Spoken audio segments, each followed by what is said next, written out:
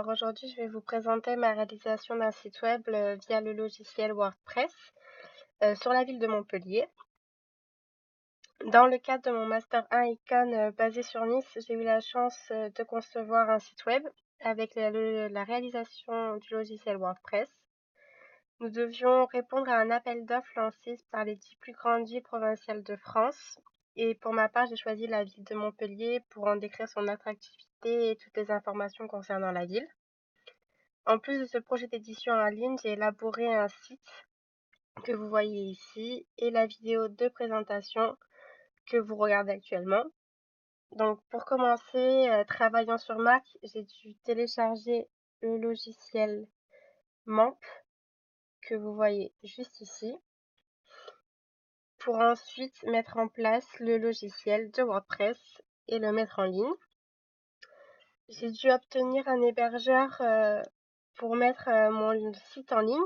J'ai donc opté pour le site One and One. Concernant mon site, il est composé d'une page d'accueil avec un slider que vous voyez ici avec plusieurs photos de la ville de Montpellier. En dessous, un texte de bienvenue pour les visiteurs locaux et également les touristes.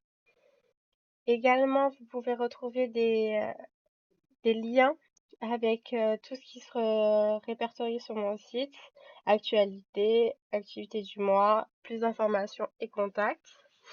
Ici, vous avez une map avec la localisation de l'Office de tourisme de Montpellier et l'animation CSS avec tous les réseaux sociaux qu'on peut retrouver, Instagram, Facebook et Twitter.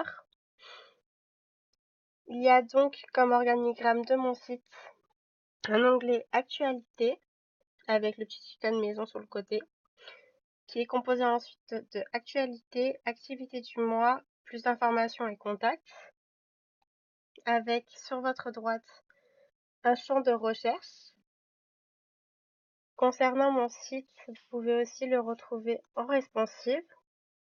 Et bizarrement, ce qu'il n'y a pas sur mon site en tant que tel, comme ici vous pouvez le voir, ce sont mes derniers articles mis en ligne, mais ils se retrouvent ici quand je le mets en responsive. Je pense que c'est une erreur de téléchargement ou ma connexion qui n'est pas suffisante, mais on les retrouve bien ici, mes derniers articles édités, avec une dernière expérience culinaire à découvrir, et c'est bientôt Noël par rapport à la période festive qui arrive. Donc ici, mon site est responsive, c'est pour adapter aux différents supports que les visiteurs utilisent, que ce soit sur smartphone, tablette ou ordinateur. Voilà. Concernant l'animation CSS que vous voyez sur la page d'accueil, j'ai décidé de baser sur les réseaux sociaux, car pour moi c'est un incontournable pour la ville, enfin toutes les grandes villes en général, pour montrer leur modernité et leur attractivité sur les différents supports que toutes les tranches d'âge utilisent désormais. Concernant les difficultés, comme je vous l'ai dit, ce sont les derniers articles qui n'apparaissent pas ici, mais qui apparaissent bien ici. Donc je ne sais toujours pas pourquoi ça n'apparaît pas sur mon site en tant que tel, malgré l'entraide que j'ai eue avec mes camarades et mon professeur. Concernant les autres problèmes, ce sont tout ce qui est formulaire que vous retrouvez ici. Quand vous cliquez sur inscription, vous avez la réservation à faire, donc l'élaboration d'un formulaire et le slider. Tout ça, j'ai pu les résoudre avec des extensions. Je vais vous montrer ça. Donc voilà, je suis allée dans extensions et j'ai pu télécharger ceci pour la page contact, le Smart Slider 3 pour faire mon slider dans la page d'accueil et ceci pour faire le formulaire. Donc on va retourner sur le site. Donc pour vous présenter mon site dans sa globalité, ici j'ai rajouté le logo que j'ai refait moi-même et que j'ai intégré à mon site web. Le nom de mon site Montpellier Tourisme et Congrès.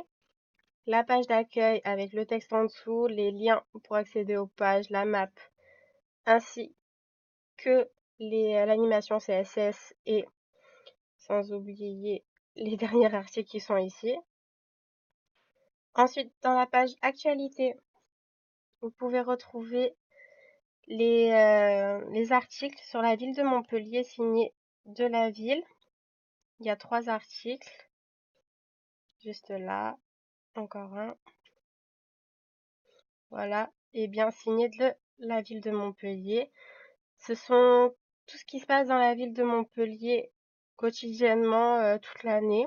Donc ce n'est pas des articles sur un mois ou sur une activité précise, c'est vraiment la ville en tant que telle. Dans la page plus d'infos, vous retrouvez 6 activités sportives et culturelles au sein de la ville de Montpellier.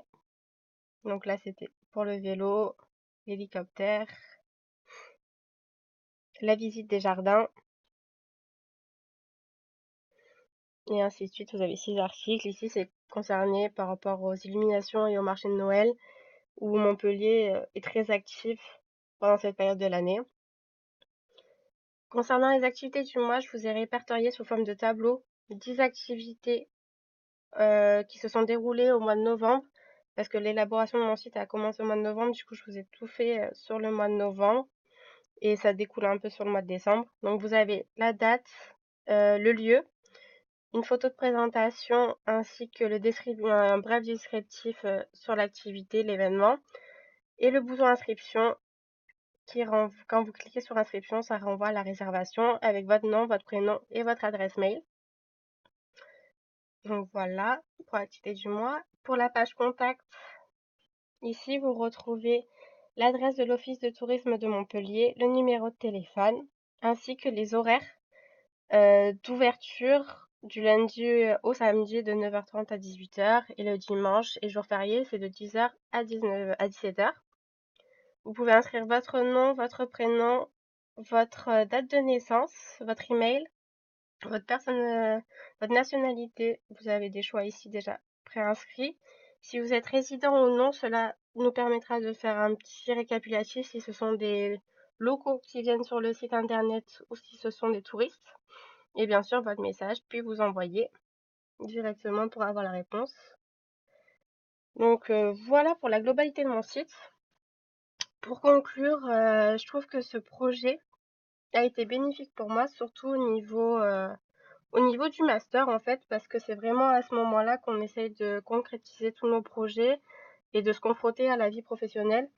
Et la réalisation de ce site web est un réel apport pour se vendre auprès d'une entreprise et savoir qu'on peut être actif au sein de l'entreprise et pas seulement passif, observer ou même avoir quelqu'un sur notre dos pour nous expliquer les choses. On peut leur montrer ceci pour vraiment leur montrer notre investissement et savoir qu'on sait déjà maîtriser quelques logiciels et pas se sentir perdu dans le milieu professionnel. Donc voilà, je vous remercie d'avoir regardé mon petit site, ma petite vidéo. Et pour plus de détails concernant les articles, je vous invite à regarder le site en tant que tel. Merci.